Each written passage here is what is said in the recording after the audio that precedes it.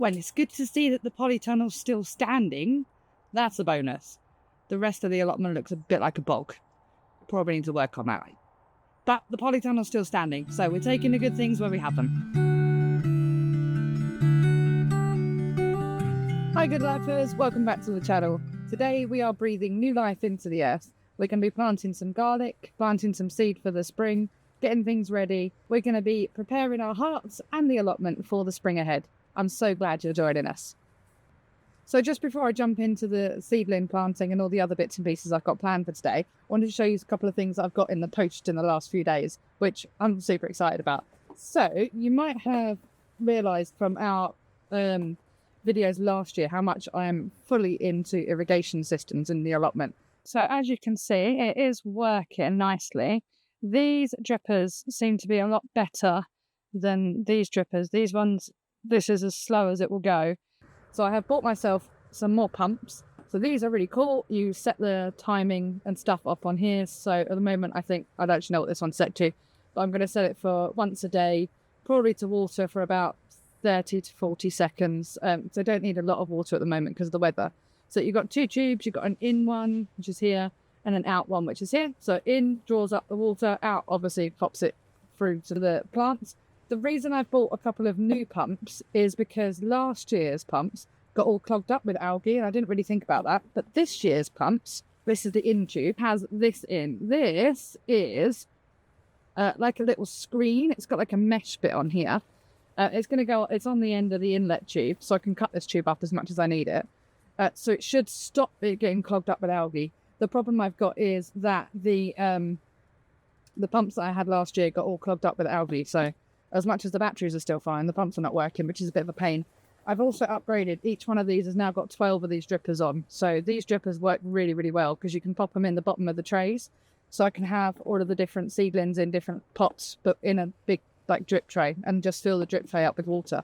That works perfectly well. So I'm really, really pleased with that.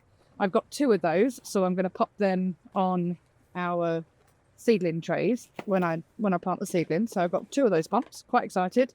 I got them from Temu, I think, in the end. They're nice and cheap and cheerful. You have to deal with the interesting translations, but apart from that, they're dead simple to use and they work really well. The other thing I got, which I'm quite proud of, and I've showed this to G and he laughed at me, which is great. I have got this. How cool is this? Basically what it is a square foot planting guide.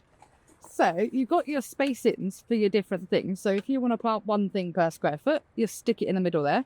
If you want to do 4 things, it's this blue one, 1, 2, 3, 4, and so on and so forth. So lots of different thingies. The reason I got it, as much as I think it is a bit silly, don't get me wrong, it's going to help me to actually stamp out on the soil. It means I don't have to spend ages like measuring and trying to mark out and it's not working. Because at the moment I'm using like bits of wood, which work fine, but I think this is going to be easier. And it comes with this like dibber thing. So basically you just kind of plunk it in there, stick it into the earth, and then fill the earth up with your seed. So it's a bit silly, but I'm going to enjoy using it. I actually haven't got anything to plant out today. I was going to plant out some garlic, but guess who left her garlic seed at home? That would be me. So we're not going to be planting out any garlic today, but that's okay. I already do have some garlic planted out, so I'm going to show you some footage of when I planted the garlic out a few weeks ago. So we get a little update on it. So one of today's jobs is actually to get this bed completely uncovered. I'm pretty sure we have a little mouse friend that lives in it. That looks distinctly like a rodent hole. Not happy about that. Because once we've got this bed uncovered, I can plant the rest of my garlics and get ready to plant the onions that are going to go in between. I think I'm going to like block off the square foot that are going to have the onions in it because they're not going in yet. But definitely those garlics are looking really healthy. Let's go and have a look at them. These garlics are doing really well. Look at them. Really, really happy.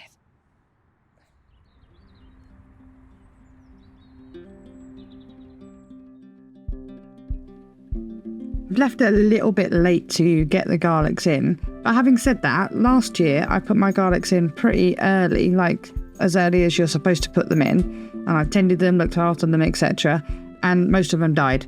These ones look really healthy, so maybe actually in my area putting them in later is what we're supposed to do. I don't know. This is a bit of a learning curve for me as well. One thing I was really happy about though is to see how well the soil underneath the covers has done. I'm kind of digging out a few of the really heavy set weeds. Most of them are coming out quite nicely with a little rake over the top of it, so this is definitely something I will do again if I haven't got things growing over the winter or cover crops in, which I do want to try and do. But the covering them up over the winter has done a great job. This is before I got a stamp in the post, so I'm sitting here kind of measuring out my square foot and making sure they all work. A little bit of a tough job, but it's easy enough to do.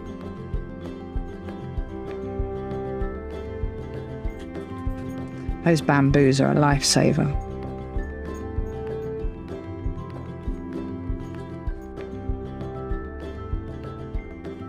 So the beds are all measured out.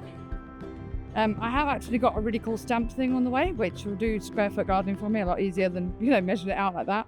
I tried with the pen and the pencil to kind of mark it on the bed, on the wood, but given the fact that they're all really muddy, you can't see either the pen or the pencil, so that didn't make any difference at all. But what I'm going to do now is just plant my garlic, because that needs doing. And then I can go in the polytunnel and start the seedlings that I wanted to start today.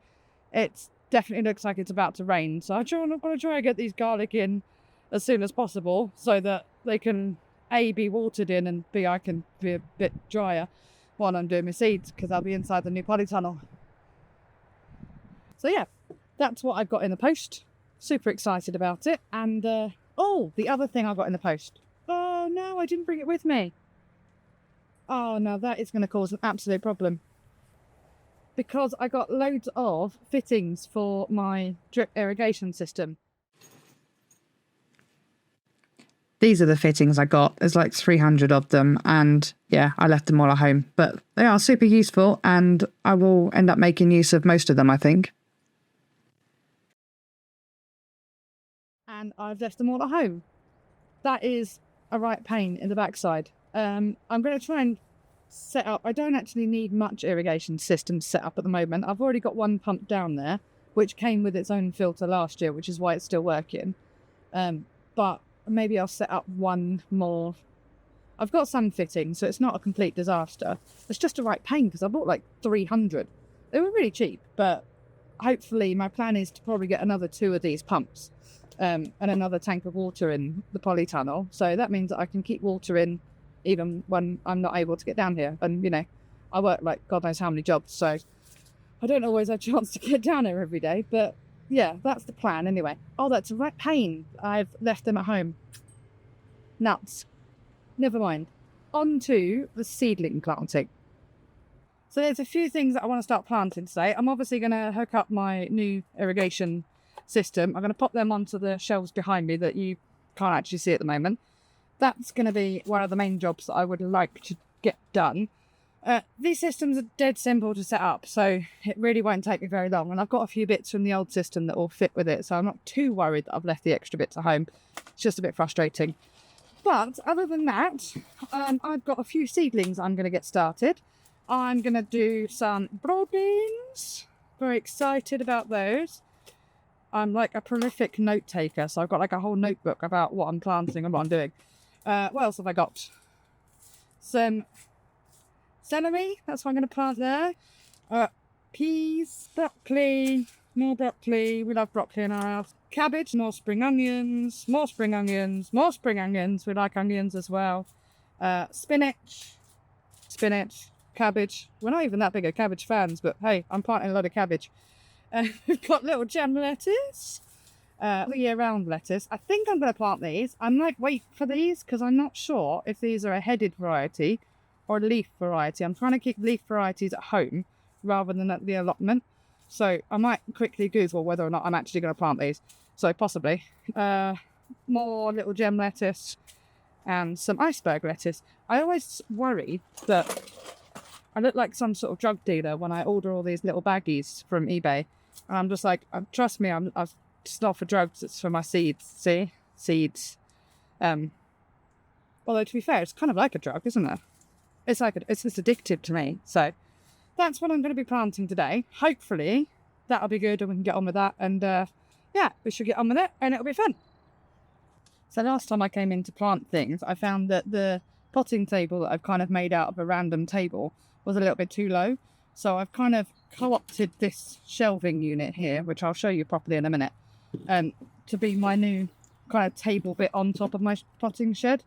The shelving unit itself is a little bit broken, but it should do the job. And it's actually exactly the right height because it means that I'm not stooping over. I have a really bad back, especially recently, where I've managed to do a nice fun injury to it. So the less stooping over I can do, the better.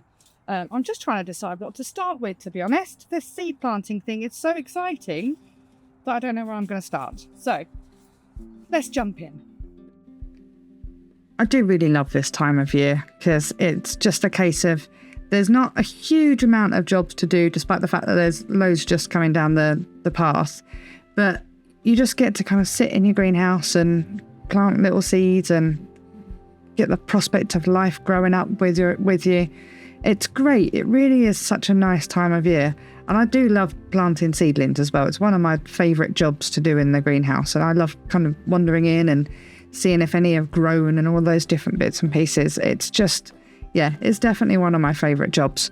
We've got loads of variety managing to be planted this year, and I really want to try and get ahead on the succession planting thing, making sure we've kind of got enough growing all over the time to do all these things. So yeah, it's just something I really thoroughly enjoy doing, and it's nice to get in the greenhouse and do that, isn't it?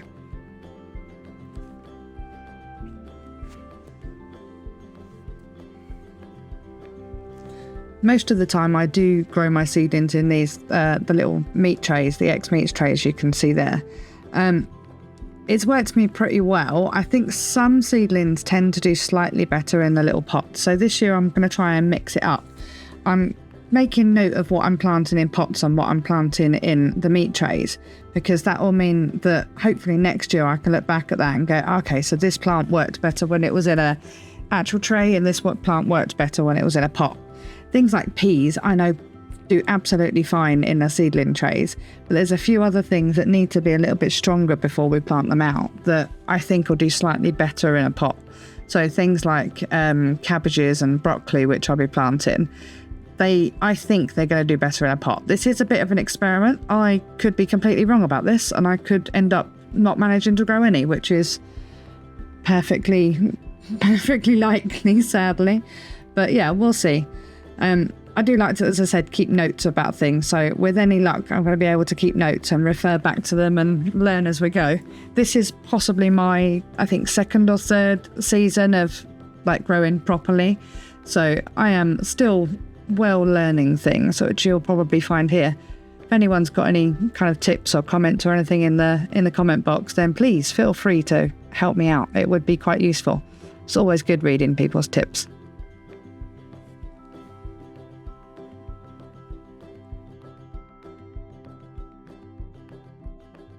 So as you can see with our irrigation system, each of these are drippers, and there's 4 per kind of like spider web type thing. And each one has got this little kind of nib on the end of it. You can just see it here to there. And we've put the inlet pipe into that one. So if I wanted to do just one, for just one of these set of 4, I take the inlet pipe from the pump that I've just installed. So the water goes into the pump and then it comes out. And what I do is just pop that on the end like that, really simply. And then this would feed all 4. But as I want it to feed 12, possibly more than 12, we'll see, I've got to hook it up a slightly different way. So that's okay, it's dead easy to do, so I'm going to get on with that now.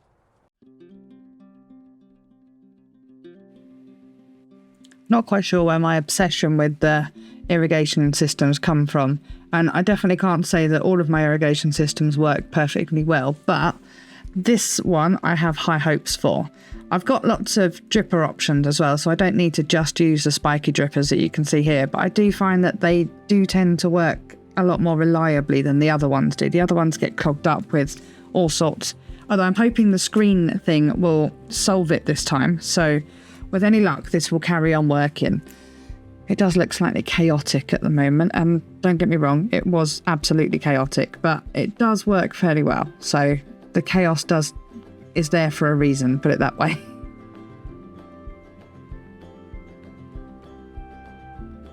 We're quite lucky on our allotment because we have water on site, so it's not actually that far away.